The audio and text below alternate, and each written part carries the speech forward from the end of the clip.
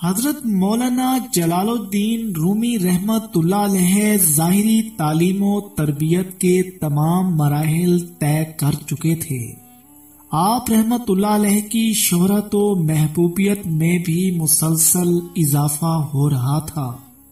عوامی حلقوں سے لے کر امرائے وقت تک آپ رحمت اللہ علیہ کا بے حد احترام کرتے تھے، لیکن اس کے باوجود مولانا روم رحمت اللہ علیہ کو اپنی زندگی میں سے ایک خلا سا محسوس ہوتا تھا۔ اکثر تنہائی میں آپ رحمت اللہ علیہ ہونٹوں سے سرد آہ نکل جاتی تھی۔ کبھی کبھی خاص دوستوں کی محفل میں بھی آپ رحمت اللہ علیہ اپنی اس محرومی کا اظہار فرماتے۔ میں آج بھی پیاسا ہوں اور یہ پیاس نہ جانے کب تک برقرار رہے گی۔ مولانا روم رحمت اللہ علیہ کے بے تکلف دوست اس پیاس کا مفہوم پوچھتے تو آپ رحمت اللہ علیہ بے اختیار فرماتے، میں خود بھی نہیں جانتا کہ یہ کیسی پیاس ہے، بس یوں محسوس ہوتا ہے کہ جیسے میری روح تشنا ہے۔ دوست اس کا کیا جواب دیتے؟ وہ تو خود مولانا کے علم کے محتاج تھے۔ الغرض بہت دن تک مولانا کی یہی کیفیت رہی۔ پھر ایک دن ایک عجیب واقعہ پیش آیا جس نے مولانا روم رحمت اللہ علیہ کی زندگی کو یکسر بدل ڈالا۔ مولانا جلال الدین رومی رحمت اللہ علیہ کا کتب خانہ نادر و نایاب تصنیفات کی موجودگی کے سبب پورے ملک میں ایک خاص اہمیت رکھتا تھا۔ ایک دن مولانا جلال الدین رومی رحمت اللہ علیہ اسی کتب خانے میں شاگردوں کو درس دے رہے تھے۔ اچانک ایک اجنبی شخص اجازت کے بغیر اندر چلا آیا۔ مولانا روم رحمت اللہ علیہ فطرتاً ایک متواضع شخص انسان تھے، اس لیے اجنبی کی اس طرح آمد پر ناراض تو نہیں ہوئے، لیکن پھر بھی انہیں اس شخص کا آنا اچھا معلوم نہیں ہوا۔ اجنبی اپنے حلیے کے اعتبار سے ایک عام سا آدمی تھا، پریشان حال، چہرے پر وحشت کا رنگ، معمولی لباس، مختصر یہ کہ اجنبی کی ظاہری شخصیت انتہائی غیر مؤثر تھی۔ اس لیے حاضرین میں سے کسی نے بھی اسے پسندیدہ نظروں سے نہیں دیکھا۔ خود مولانا روم رحمت اللہ علیہ نے اس پر ایک اچٹتی سی نظر ڈالی اور شاگردوں کو درس دینے میں مشغول ہو گئے۔ اجنبی نے آتے ہی اہل مجلس کو سلام کیا اور پھر حاضرین کی صفوں سے گزرتا ہوا مولانا روم رحمت اللہ علیہ کے قریب جا کر بیٹھ گیا۔ مولانا کے شاگردوں کو اجنبی کی یہ بے تکلفانہ ادا بھی سخت ناگوار گزری تھی، مگر وہ استاد کے احترام میں خاموش رہے تھے۔ اگر ان کا بس چلتا تو وہ اجنبی شخص کو درس نظامی سے، درس علم سے نکال دیتے یا پھر کم سے کم اسے سب سے پچھلی قطار میں بیٹھنے پر مجبور کر دیتے، لیکن وہ آداب مجلس کے پیش نظر ایسا نہ کر سکے۔ پھر بھی ان کے ذہنوں میں اجنبی کے لیے ناپسندیدگی کا غبار بھر گیا تھا۔ مولانا روم رحمت اللہ علیہ کا درس جاری رہا۔ اس دوران حاضرین نے محسوس کیا کہ اجنبی شخص کو مولانا روم رحمت اللہ علیہ کے درس سے کوئی دلچسپی نہیں تھی۔ وہ بار بار قیمتی کتابوں کے ذخیرے کو دیکھ رہا تھا۔ آخر اس سے ضبط نہ ہوا تو وہ درس کے دوران ہی بول اٹھا، مولانا یہ کیا ہے؟ اجنبی نے نادر و نایاب کتابوں کی طرف اشارہ کرتے ہوئے کہا۔ مولانا روم رحمت اللہ علیہ کا چہرہ مبارک متغیر ہو گیا. آپ رحمت اللہ علیہ کو اجنبی کی اس جاہلانہ مداخلت سے اذیت پہنچی تھی، مگر مولانا روم نے فوراً ہی اپنے جذبات پر قابو پا لیا. ذرا صبر کرو، میں اپنا کام مکمل کر لوں، پھر تمہارے سوال کا جواب دوں گا. مولانا روم رحمت اللہ علیہ بڑے شیریں کلام تھے، مگر اجنبی کی اس غیر اخلاقی حرکت کے باعث آپ رحمت اللہ علیہ کے لہجے میں ہلکی سی تلخی شامل ہو گئی تھی. اجنبی نے پھر کوئی سوال نہیں کیا، مگر وہ بدستور مولانا روم رحمت اللہ علیہ کے کتب خانے کا جائزہ لیتا رہا. آخر مولانا کا درس ختم ہوا اور آپ رحمت اللہ علیہ اس اجنبی کی طرف متوجہ ہوئے جس کی ناشائستہ حرکات نے حاضرین مجلس کے ذہنوں میں تقدر پیدا کر دیا تھا. آپ کون ہیں اور یہاں کس لیے تشریف لائے ہیں؟ مولانا روم رحمت اللہ علیہ اجنبی سے مخاطب ہوئے. مولانا، آپ میرے بارے میں دریافت نہ کریں کہ میں کون ہوں، اجنبی نے بڑی بے رخی سے کہا. بس مجھے میرے سوال کا جواب دیجیے کہ یہ کیا ہے. اجنبی کے اٹھے ہوئے ہاتھ کا رخ کتابوں کی طرف تھا. اجنبی کا سوال محمل تھا. بالآخر مولانا روم رحمت اللہ علیہ کا لہجہ تلخ ہو گیا. کیا تمہاری بینائی کمزور ہے؟ ہرگز نہیں، اجنبی نے اسی بے نیازی کے ساتھ جواب دیا. میں تو بہت دور تک دیکھ سکتا ہوں. پھر تمہیں نظر نہیں آتا کہ یہ کیا ہے؟ اجنبی کی بے سر و پا گفتگو نے مولانا جلال الدین رومی رحمت اللہ علیہ جیسے شیریں بیان اور متحمل مزاج انسان کو جنجلاہٹ میں مبتلا کر دیا تھا. مجھے تو بہت کچھ نظر آ رہا ہے، مگر آپ کی زبان سے سننا چاہتا ہوں کہ یہ کیا ہے. اجنبی بار بار ایک ہی سوال کو دہرائے جا رہا تھا. مولانا روم رحمت اللہ علیہ کو اجنبی کا لہجہ بہت ناگوار گزرا. آخر آپ رحمت اللہ علیہ نے تلخ لہجے میں فرمایا، یہ وہ ہے جسے تم نہیں جانتے. مولانا کا جواب سن کر اجنبی کھڑا ہو گیا. پھر اس نے کتابوں کی طرف اشارہ کیا اور ایک ایک لفظ پر زور دیتے ہوئے بولا، اچھا یہ وہ ہے جسے میں نہیں جانتا.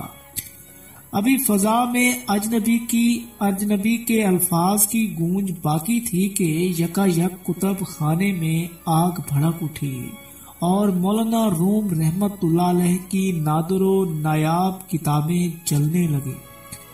یہ سب کچھ اس قدر ناقابل یقین تھا کہ مولانا جلال الدین رومی رحمت اللہ علیہ دم بخود رہ گئے اور حاضرین مجلس پر سکتہ طاری ہو گیا.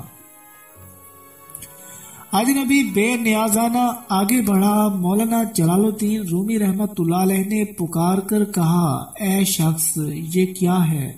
مولانا نے آگ کے بھڑکتے ہوئے شعلوں کی طرف اشارہ کیا. اجنبی مسکرایا، مولانا یہ وہ ہے جسے آپ نہیں جانتے. اتنا کہہ کر اجنبی واپس جانے لگا. مولانا روم رحمت اللہ علیہ کے ہونٹوں سے سرد آہ نکلی. ہائے میری نادر و نایاب کتابیں، اے شخص تیری وجہ سے سب کچھ راکھ ہو گیا. اجنبی جاتے جاتے رک گیا اور پھر مڑ کر مولانا روم رحمت اللہ علیہ سے مخاطب ہوا، اگر یہ سب کچھ میری وجہ سے ہوا ہے تو پھر میں تمہاری کتابیں واپس کرتا ہوں. یہ کہہ کر اس نے ہاتھ کا اشارہ کیا اور پھر حاضرین نے دیکھا کہ بھڑکتے ہوئے شعلے بجھ گئے اور مولانا روم رحمت اللہ علیہ کے کتب خانے میں آگ کا نام و نشان تک نہیں تھا. اس کے بعد اجنبی کچھ کہے بغیر تیزی کے ساتھ چلا گیا. مولانا روم رحمت اللہ علیہ پر ایک بار پھر حیرت طاری ہو گئی. آپ رحمت اللہ علیہ کچھ دیر تک گہرے سکوت کے عالم میں کھڑے رہے، پھر آہستہ آہستہ اپنی کتابوں کی طرف بڑھے۔ مولانا کا خیال تھا کہ کچھ کتابیں مکمل طور پر تباہ ہو چکی ہوں گی اور بعض کو جزوی طور پر نقصان پہنچا ہوگا، مگر اس وقت روم کا سب سے بڑا عالم حیرت زدہ رہ گیا جب اس نے اپنی تمام کتابوں کو صحیح و سالم پایا۔ کتب خانے میں موجود شاگرد بھی ایک ایک ورق کو باغور دیکھ رہے تھے، مگر ایسا لگتا تھا کہ جیسے یہاں آگ لگنے کا واقعہ ہی پیش نہ آیا ہو۔ مولانا روم رحمت اللہ علیہ اور حاضرین مجلس پر حیرتوں کے پہاڑ ٹوٹ پڑے تھے۔ اجنبی کو تلاش کیا گیا، مگر دور دور تک اس کا پتہ نہیں تھا۔ وہ پر اسرار انداز میں آیا تھا اور اسی طرح واپس چلا گیا۔ پھر جب حیرتیں کم ہوئیں اور اہل مجلس کے حواس بحال ہوئے تو شاگردوں نے مولانا روم رحمت اللہ علیہ سے عرض کیا، استاد محترم، یہ سب کچھ کیا ہے؟ مولانا جلال الدین رومی رحمت اللہ علیہ نے بڑے حسرت زدہ لہجے میں فرمایا، یہ وہ ہے جسے میں بھی نہیں جانتا اور تم بھی نہیں جانتے۔ کچھ تذکرہ نویسوں نے اس واقعے کو اس طرح بیان کیا کہ ایک دن مولانا روم رحمت اللہ علیہ حوض کے کنارے بیٹھے ہوئے مطالعہ کر رہے تھے۔ اچانک ایک اجنبی شخص آیا اور مولانا کے قریب رکھی ہوئی کتابوں کے بارے میں پوچھنے لگا کہ یہ کیا ہے۔ مولانا روم رحمت اللہ علیہ نے انتہائی بے رخی سے جواب دیا، یہ وہ ہے جسے تم نہیں جانتے۔ اجنبی نے مولانا سے مزید کوئی سوال نہیں کیا اور تمام کتابیں اٹھا کر حوض میں ڈال دیں۔ مولانا روم ایک غیر مہذب اجنبی کی اس حرکت کو برداشت نہ کر سکے اور سخت طیش کے عالم میں فرمانے لگے، اے جاہل شخص، تجھے خبر ہے کہ تو نے کیسی نادر و نایاب کتابیں تباہ کر ڈالی۔ یہ وہ قیمتی نسخے تھے جو کسی شہنشاہ کو بھی میسر نہیں ہوں گے۔ اجنبی نے مولانا روم رحمت اللہ علیہ کو شدید اضطراب میں مبتلا دیکھا تو مسکراتے ہوئے کہنے لگا، اگر یہ بات ہے تو میں تمہاری کتابیں واپس کیے دیتا ہوں۔ اتنا کہہ کر اجنبی حوض میں اتر گیا اور تمام کتابیں نکال کر مولانا کے حوالے کر دی۔ مولانا روم رحمت اللہ علیہ شدید حیرت کے عالم میں اپنی قیمتی کتابوں کو دیکھنے لگے۔ کسی کتاب کا ایک ورق بھی پانی میں نہیں بھیگا تھا۔ یہ کیا ہے؟ مولانا روم رحمت اللہ علیہ نے اجنبی سے پوچھا۔ اجنبی نے ایک مخصوص تبسم کے ساتھ نہایت شگفتہ لہجے میں جواب دیا، مولانا یہ وہ ہے جسے آپ نہیں جانتے۔ اتنا کہہ کر اجنبی چلا گیا اور مولانا جلال الدین رومی رحمت اللہ علیہ حوض کے کنارے دم بخود بیٹھے رہے۔ جس اجنبی شخص کی کرامت نے مولانا روم رحمت اللہ علیہ جیسے نابغہ روزگار عالم کو حیران کر دیا تھا، وہ مشہور بزرگ حضرت شمس تبریز رحمت اللہ علیہ تھے۔ حضرت شمس تبریز رحمت اللہ علیہ کی اس ملاقات نے مولانا روم رحمت اللہ علیہ کی دنیا ہی بدل ڈالی۔ یہ ایسا زبردست انقلاب تھا کہ مولانا اپنی روش ہی بھول گئے، کتب خانہ بند کر دیا اور درس و تدریس کے تمام سلسلے ختم ہو گئے۔ اب مولانا جلال الدین رومی رحمت اللہ علیہ کو بس ایک ہی کام تھا کہ ہر وقت حضرت شمس تبریز رحمت اللہ علیہ کی خدمت میں حاضر رہتے تھے۔ یہ ایک ایسی تبدیلی تھی کہ پورے شہر میں ہنگامہ برپا ہو گیا۔ مولانا کے ہزاروں عقیدت مند برملا کہا کرتے تھے کونیا ویران ہو گیا، اور اس ویرانی کا سبب وہ جاہل فقیر ہے جس نے ہم سے ہمارا عالم چھین لیا۔ مولانا جلال الدین رومی رحمت اللہ علیہ کے بعض عقیدت مند اور شاگرد جوش جذبات میں حد سے گزر گئے اور وہ حضرت شمس تبریز رحمت اللہ علیہ کے بارے میں گستاخانہ الفاظ استعمال کرتے تھے۔ کہاں آپ جیسا عالم فاضل اور کہاں وہ بے علم کوچا گر۔ مولانا روم رحمت اللہ علیہ سب کچھ سنتے تھے مگر آپ رحمت اللہ علیہ پر کسی طنز اور کسی تانا زنی کا اثر نہیں ہوتا تھا۔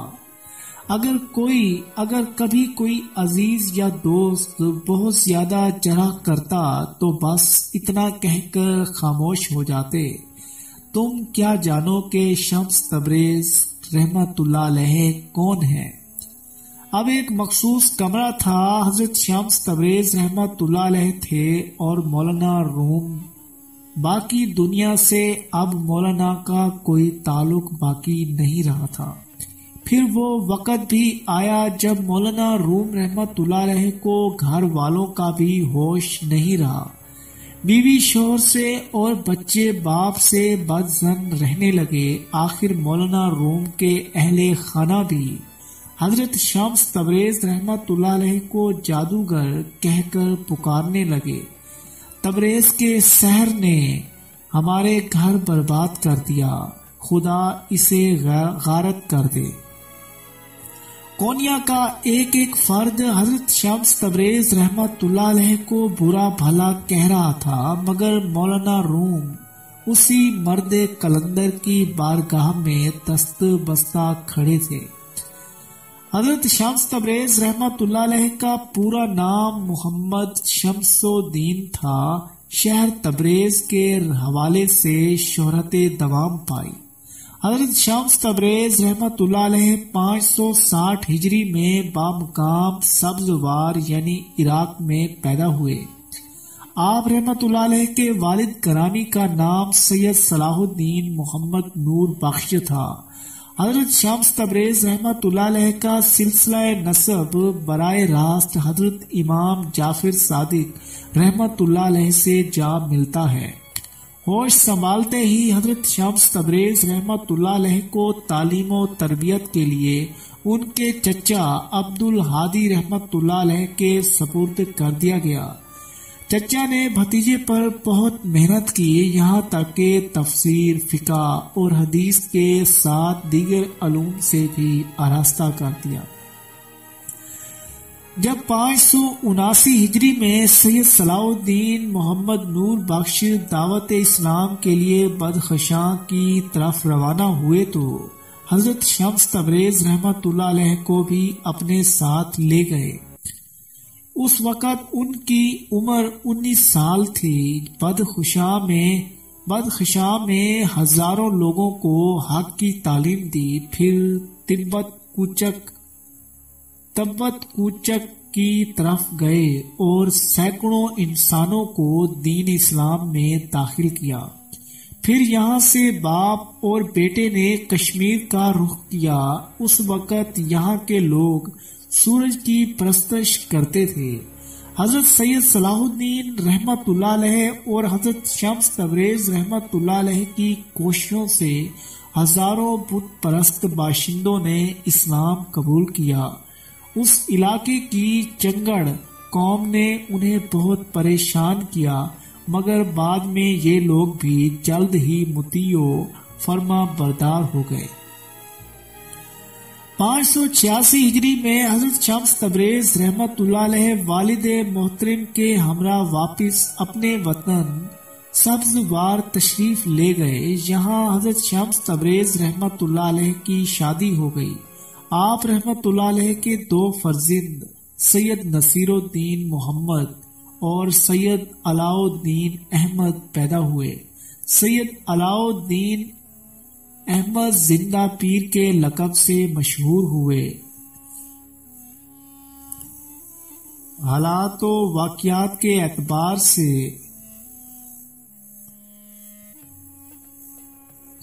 حالات و واقعات کے اعتبار سے حضرت شمس تبریز رحمت اللہ علیہ کی شخصیت بہت زیادہ متنازع نظر آتی ہے۔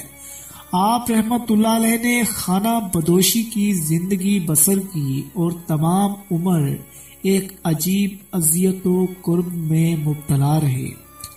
بغداد تشریف لے گئے تو مقامی علماء کو آپ رحمت اللہ علیہ کے خیالات سے شدید اختلاف ہو گیا۔ بادشاہ وقت ان علماء کے زیر اثر تھا، نتیجتاً حضرت شمس تبریز رحمت اللہ علیہ کو شہر بدل ہونا پڑا۔ ابھی آپ رحمت اللہ علیہ بغداد کی حدود سے نکلے ہی تھے کہ اچانک بادشاہ کا بیٹا بیمار پڑ گیا اور دوسرے دن مر گیا۔ بادشاہ کو خیال گزرا کہ شاید یہ المناک واقعہ حضرت شمس تبریز رحمت اللہ علیہ سے بدسلوکی کے باعث رونما ہوا ہے۔ مجبوراً اس نے اپنے مشیران خاص کو حضرت شمس تبریز رحمت اللہ علیہ کی تلاش میں روانہ کرتے ہوئے کہا، کوئی بھی صورت ہو انہیں بغداد واپس لاؤ۔ بادشاہ کا حکم پاتے ہی مشیران خاص برق رفتار گھوڑوں پر سوار ہو کر دوڑ پڑے۔ حضرت شمس تبریز رحمت اللہ علیہ ابھی بغداد کے نواح میں مقیم تھے کہ شاہی قاصدوں نے انہیں جا لیا اور پھر دستے بستہ عرض کیا، حضور آپ بغداد واپس تشریف لے چلے۔ شاہی کارندوں کی درخواست سن کر حضرت شمس تبریز رحمت اللہ علیہ کے چہرے پر اذیت کا رنگ ابھر آیا۔ کل جس جگہ سے مجھے ذلیل کر کے نکال دیا گیا، آج اسی مقام پر واپس جانے کے لیے کہہ رہے ہو۔ آخر تم لوگوں پر کیا آفتادی پڑی ہے کہ مجھ خانہ بدوش کا خیال آ گیا؟ ہمارے بادشاہ کا یہی حکم ہے، شاہی کارندوں نے خوشامدانہ لہجے میں عرض کیا۔ میں تو بس ایک بادشاہ کا حکم مانتا ہوں، حضرت شمس تبریز نے بے نیازانہ کہا، باقی بادشاہوں کو میں نہیں جانتا۔ حضرت شمس تبریز رحمت اللہ علیہ کے انکار سے صورتحال بگڑ گئی۔ شاہی کارندے ایک مرد قلندر کے قدموں سے لپٹ گئے اور بہت دیر تک عاجزی کا مظاہرہ کرتے رہے۔ آخر حضرت شمس تبریز رحمت اللہ علیہ کو ان لوگوں پر رحم آ گیا۔ پھر یہ کہتے ہوئے شاہی کارندوں کے ساتھ ہو گئے، چلو تمہارے کہنے سے چلتا ہوں، مگر بغداد کے لوگ زیادہ دن تک مجھے برداشت نہیں کر سکیں گے۔ حضرت شمس تبریز رحمت اللہ علیہ شاہی محل میں پہنچے تو وہاں صفِ ماتم بچھی ہوئی تھی۔ تمام درباری سیاہ لباس پہنے ہوئے اپنے ولی عہد سلطنت کی موت کا سوگ منا رہے تھے۔ بادشاہ بڑے احترام کے ساتھ پیش آیا، مگر اس کے چہرے پر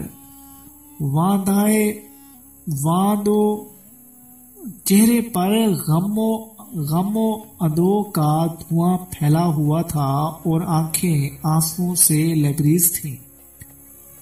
یہ سب کچھ کیا ہے؟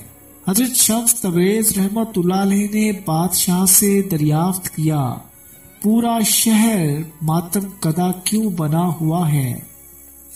کچھ دن پہلے جب میں یہاں سے گیا تھا تو بغداد کے در و دیوار کیف و نشاط سے جھوم رہے تھے، مگر آج یہاں قبرستان جیسا سناٹا ہے۔ بادشاہ نے کوئی جواب نہیں دیا، خاموشی سے حضرت شمس تبریز رحمت اللہ علیہ کو ساتھ لے کر اس کمرے میں پہنچا جہاں اس کے محبوب بیٹے کی لاش رکھی ہوئی تھی۔ حضرت شمس تبریز نے سوالیہ نظروں سے بادشاہ کی طرف دیکھا، یہ میرے جوان مرگ بیٹے کی میت ہے۔ بادشاہ نے نم ناک آنکھوں اور لرزتے ہوئے لہجے کے ساتھ کہا، آپ کے بغداد جاتے ہی یہ اچانک بیمار ہوا اور دیکھتے ہی دیکھتے آغوش فنا میں چلا گیا۔ میں سمجھتا ہوں کہ یہ اسی گستاخی کا شاخسانہ ہے جو میں نے آپ کی شان میں روا رکھی تھی۔ حضرت شمس تبریز رحمت اللہ علیہ کی اگلے ایپیسوڈ میں آپ کو یہ واقعہ پورا سنائیں گے۔ انشاءاللہ آپ کو یہ ویڈیو اچھی لگی ہوگی۔ اگر اگلی ویڈیو کو آپ نے دیکھنا ہے اور اس واقعے کو مکمل سننا ہے تو پیارے دوستو ہمارے چینل کو سبسکرائب کر لیں تاکہ ہماری تمام ویڈیوز آپ تک آسانی سے پہنچتی رہیں۔ ملیں گے انشاءاللہ اگلی ویڈیو میں، تب تک کے لیے اللہ حافظ۔